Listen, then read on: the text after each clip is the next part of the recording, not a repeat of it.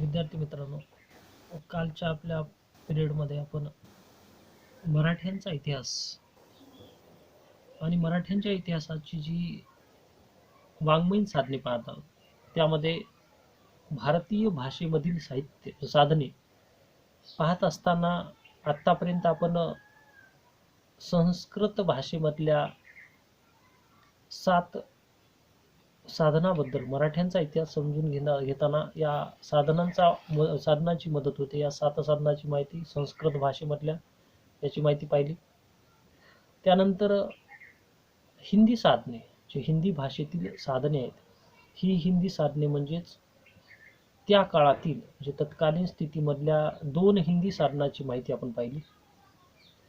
त्यानंतर राजस्थानी साधनामध्ये 2 साधनांची माहिती पाहिली. आत्तापर्यंत आपण संस्कृत, हिंदी आणि राजस्थानी या बाबीची माहिती विस्तृतपणे पाहिली.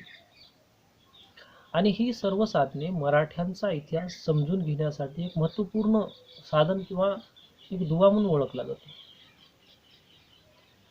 ज्या पद्धतीने संस्कृत, हिंदी आणि राजस्थानी भाषेच्या साहित्यामधून छत्रपती शिवाजी महाराज, संभाजी महाराज, त्याचनंतर छत्रपती राजाराम महाराज, महाराणी ताराबाई अशा मराठ्यांच्या शूर कर्तबगार अशा वीर पुरुषांची गाथा समजण्यास मदत होते.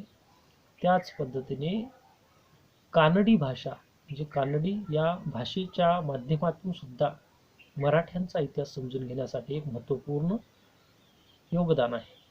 आता मराठ्यांचा इतिहास भारतीय भाषा म्हणजे भारतीय भाषाचा विचार करत असताना कानडी ही भाषा सुद्धा मराठ्यांचा इतिहास समजून घेण्यासाठी मदत करते. त्याच्यामध्ये आपण माहिती पाहत असताना नंबर 1 कंठीर वन सराज विजयम या ग्रंथाची निर्मिती गोविंद वैद्य या व्यक्तीने केली. काव्यग्रंथाची निर्मिती आणि त्याचं नाव पुन्हा एकदा ऐका, कंठीर वनरस राज विजयम या काव्यग्रंथाची निर्मिती गोविंद वैद्य यांनी केली. आता या ग्रंथाचा हेतू म्हणजेच छत्रपती शिवाजी महाराज, जे हिंदवी स्वराज्याचे संस्थापक, ज्यांनी मराठ्यांना स्वतंत्र असं अस्तित्व निर्माण करून देण्याची भूमिका निर्माण केली. त्याचबरोबर छत्रपती शिवाजी महाराजानंतर जे शूर पराक्रमी त्यांचे पुत्र संभाजीराजे, त्याचबरोबर संभाजीराजानंतर राजाराम महाराज, या जे काही 3 छत्रपतींच्या बद्दलची माहिती जी इतिहास आहे कानडी भाषेमध्ये लिखित स्वरूपात मांडला गेला. हा कानडी भाषेमध्ये मांडलेला ग्रंथ यावरून शिवाजी महाराज, छत्रपती शिवाजी महाराज, छत्रपती संभाजीराजे आणि छत्रपती राजाराम महाराज यांच्या आयुष्यातील विविध घटना, विविध जे काही युद्धप्रसंग, त्याचबरोबर विविध मोहिमा या बाबीचा समग्र असा आढावा या साहित्यातून मिळण्यास मदत होते. म्हणजे कानडी भाषा सुद्धा मराठ्यांचा इतिहास समजून घेण्यासाठी एक महत्त्वपूर्ण साधन म्हणून ओळखलं जातं. त्याच्यानंतर नंबर 2चा पॉइंट आहे ते म्हणजे केळदी नृपविजयम,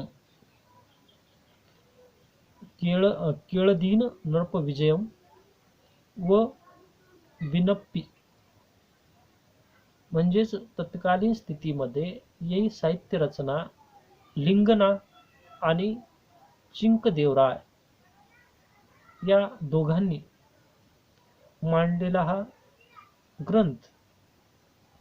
कानडी भाषा असल्यामुळे या ग्रंथाचे नाव सुद्धा कन्नडच्या स्वरूपात म्हणजे कानडी स्वरूपातच नावाची ते काव्यग्रंथ आहेत किंवा ग्रंथ निर्मिती आहे.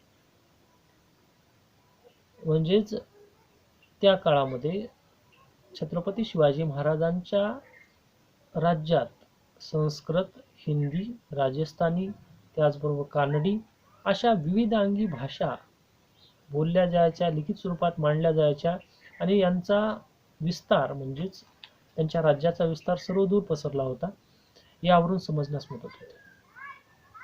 आता या ग्रंथाच्या माध्यमातून लिंगणा आणि चिंकदेवराय यांनी छत्रपती शिवाजी महाराज आणि संभाजी राजांच्या जीवनावर किंवा इतिहासावर प्रकाश टाकण्याचं काम केलं. आपल्याला पूर्ण इतिहास समजून घ्यायची आवश्यकता नाही त्यांचा, या ग्रंथामध्ये काय मांडलं गेलं. थोडक्यात तो ग्रंथ कोणी लिहिला आणि त्यांच्यामध्ये कोणत्या बाबी म्हणजे कोणाच्या आधारावर हा ग्रंथ लिहिला गेला. छत्रपती संभाजी महाराज, त्याचबरोबर छत्रपती शिवाजी महाराज आणि छत्रपती संभाजीराजे महाराज यांच्यावर प्रकाश म्हणजे त्यांच्या जीवनातल्या विविध घटनांची माहिती या साहित्यातून मिळण्यास मदत होते. ही झाली कानडी भाषेतील जी काही रचना. आता पुढे आपण विचार केला तर यामध्ये जी कागदपत्रे या बाबीचा आपल्याला माहिती पाहावी लागेल. आता कागदपत्रे या बाबीची माहिती पाहत असताना आता मराठ्यांचा इतिहासांचा जो मूळ आधार जी हजारो कागदपत्राच्या माध्यमातून समजण्यास मदत होते, त्यामध्ये कोणती साधने? वतनपत्रे. आता वतनपत्रे म्हणजे काय? जी एखाद्या सरदार सामंत असेल, आपल्या राजदरबारात काम करणारा म्हणजे हिंदवी स्वराज्यात काम करणाऱ्या लोकांच्या जे लोक असतील त्यांना जी वतन दिली, जहागिरी दिली, एखादं गाव त्यांना उपजीविकेसाठी दिलं गेलं, त्यावर मिळणारा कर किंवा त्यावर मिळणारी जी काही मालमत्ता तो त्यावर त्याची उपजीविका भागत होती. म्हणजे एखादं वतन दिलं जायचं, 4 गावं खेडं त्यांच्याकडे सोपवलं जायचं. ही सोपवलेली गावे ती कोणत्या कारणामुळे सोपवली गेली किंवा त्यांनी ती कोणता भाग होता, ही माहिती कशावरून मिळते? तर वतनपत्रातून मिळते. म्हणजे वतन म्हणजे जहागिरी, एखाद्याला अधिकार दिला गेला एखाद्या गावाचा, ह्या बाबीची माहिती वतनपत्रावरून मिळते आणि यावरूनच मराठ्यांचा इतिहास समजण्यासाठी मदत होते. त्याचबरोबर निवाडा.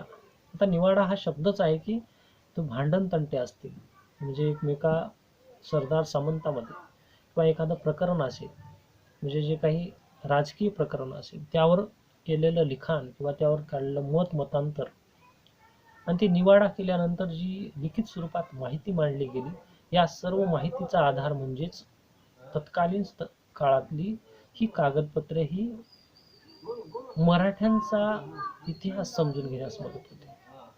आज्ञापत्रे. आज्ञापत्रे ही कागदपत्रामध्येच मोडली जातात किंवा कागदपत्रामध्ये त्यांचा सहभाग असतो, समावेश असतो. आता या कागदपत्रामध्ये कोणत्या बाबी असतात? तर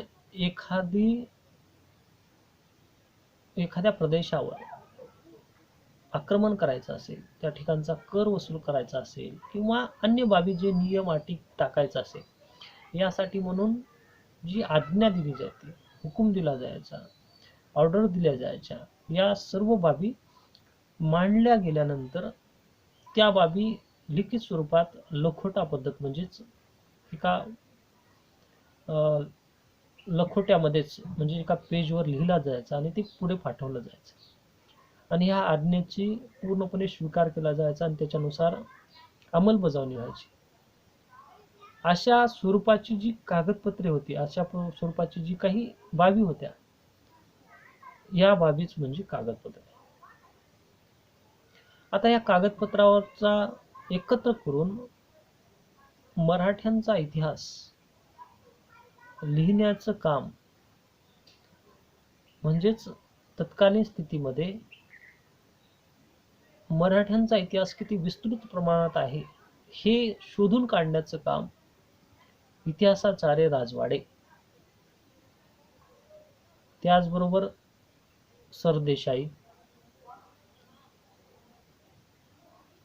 नर फाटक सरकार, त्याचबरोबर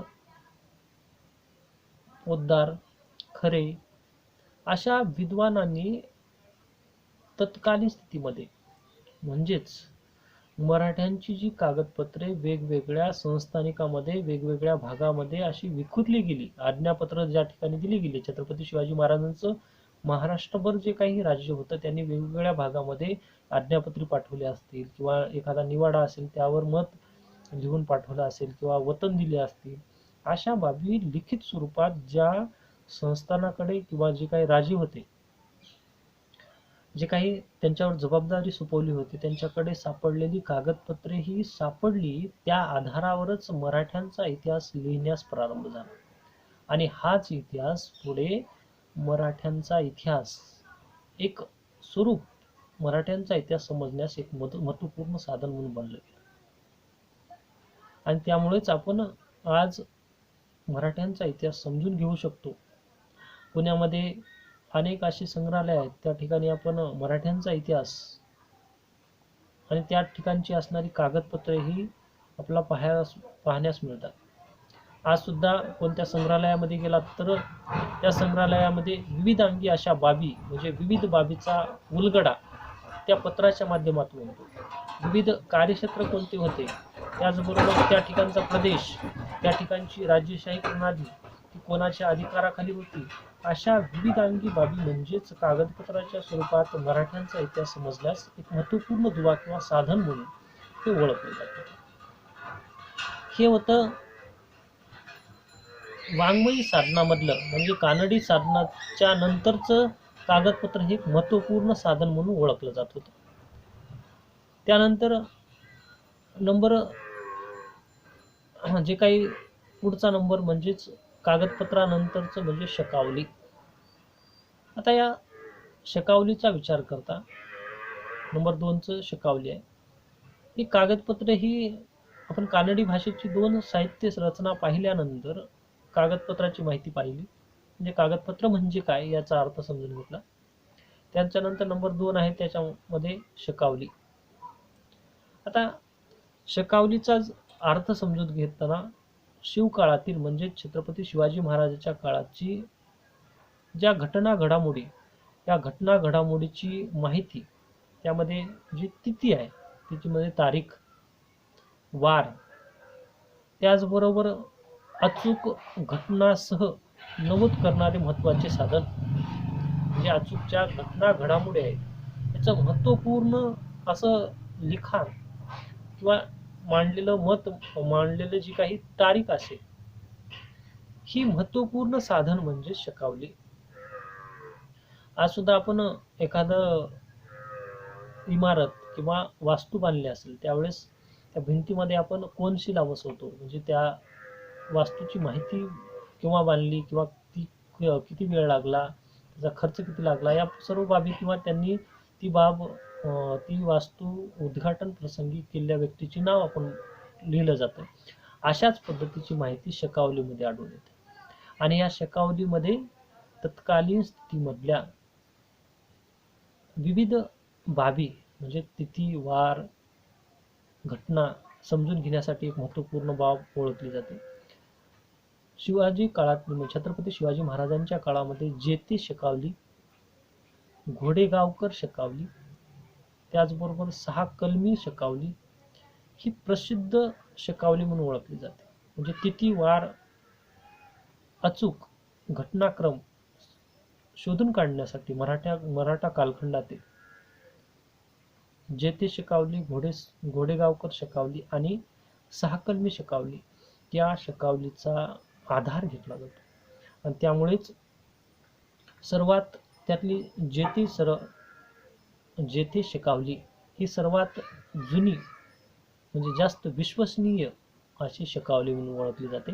आणि या शकावलीच्या माध्यमातूनच छत्रपती शिवाजी महाराज, छत्रपती संभाजी महाराज, छत्रपती राजाराम महाराज, महाराणी ताराबाई यांच्या जीवनात किंवा यांच्या कालखंडामध्ये घडलेल्या घटना घडामोडी तारीख आणि तिथी वार स्वरूपात मांडण्याचं काम मराठ्यांचा इतिहास समजून घेण्यासाठी एक महत्त्वपूर्ण, किंवा मराठ्यांचा इतिहास मांडताना तिथी वार मांडल्या जातात. म्हणजेच ज्या शकावली आहेत या आधारावरच विविध घटना घडामोडी तिथी वार समजून घेण्यासाठी शकावली हे महत्त्वपूर्ण वाङ्मयीन साधन आहे. म्हणजे ह्या कागदपत्रे म्हणून ओळखली जातात. त्याच्यानंतर नंबर 3 आहे आज्ञापत्र.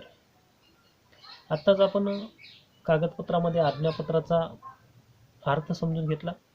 छत्रपती शिवाजी महाराज हे कुशल राजनीती तज्ज्ञ होते.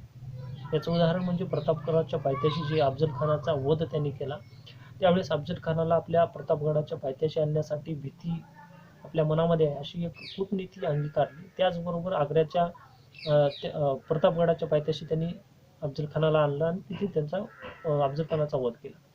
त्याचबरोबर त्यांनी आग्रा भेटीमध्ये आपली औरंगजेबाने छत्रपती शिवाजी महाराजांना कैदेत टाकलं, नजर कैदेमध्ये. तिथून सुटका करण्यासाठी पेटाऱ्यामध्ये बसून ती बाहेर पडली. ही त्यांची एक कूटनीती होती. त्याचबरोबर महाराज म्हणजे मिर्झा राजे जयसिंह यांच्यासोबत जी पुरंदरची तह केला, तह केल्यानंतर त्यांनी आपले काही किल्ले मुघलांना परत केले आणि काही काळ शांत राहणं म्हणजेच मुघलाविरुद्ध न जाता शांत राहणं ही भूमिका घेतली. ही जी काही राजनीती होती छत्रपती शिवाजी महाराजांची, या राजनीतीचा वापर त्यांच्या वारसांनी म्हणजेच छत्रपती संभाजीराजे, त्याचबरोबर राजाराम महाराज, महाराणी ताराबाई यांच्या कालखंडात किंवा छत्रपती शिवाजी महाराजांच्या कालखंडात घडलेल्या घटना त्यांच्या वारसांना उपयोगी पडाव्या म्हणून रामचंद्रपंत अमात्य यांनी इसवी सन 1715 मध्ये हा ग्रंथ लिहिला. आणि ह्या रामचंद्रपंत अमात्य यांनी लिहिलेला जो ग्रंथ आहे, यावरून छत्रपती शिवाजी महाराजांच्या राजनीतीचं चित्रण किंवा राजनीती कशी होती, छत्रपती शिवाजी महाराजांची युद्धनीती कशी होती, गनिमी कावा पद्धत कशी होती, अचानकपणे शत्रूवर हल्ला करणे, म्हणजे अशा प्रकारची पद्धत ही आज्ञापत्र आणि त्यामध्ये कूटनीती कशा पद्धतीची होती, या कूटनीतीच्या आधारावर माहिती मिळण्यास मदत होते. म्हणून ही माहिती म्हणजेच तत्कालीन स्थितीमध्ये छत्रपती शिवाजी महाराजांची आज्ञापत्रे महत्त्वपूर्ण साधन म्हणून ओळखलं जातं. तर आतापर्यंत आपण जवळपास 2 कानडी साधने, त्यांच्यामध्ये कंठी र वनरस राज विजयम नंबर 1, नंबर 2 किळदीन नृप विजयम नंबर 2चं झालं, आणि नंबर 3 मध्येच म्हणजे कागदपत्राची माहिती आपण पाहिली. त्याचबरोबर नंबर 4 मध्ये शकावली पाहिली. त्याचबरोबर नंबर 5 आज्ञापत्र याबद्दल माहिती पाहिली. म्हणजे 5 जे काही वाङ्मयीन साधने, या वाङ्मयीन साधनाची संपूर्णपणे आपण माहिती पाहिली. तर उद्याच्या भागामध्ये उर्वरित जी काही साधनं असेल त्याची माहिती आपण पाहणार आहोत.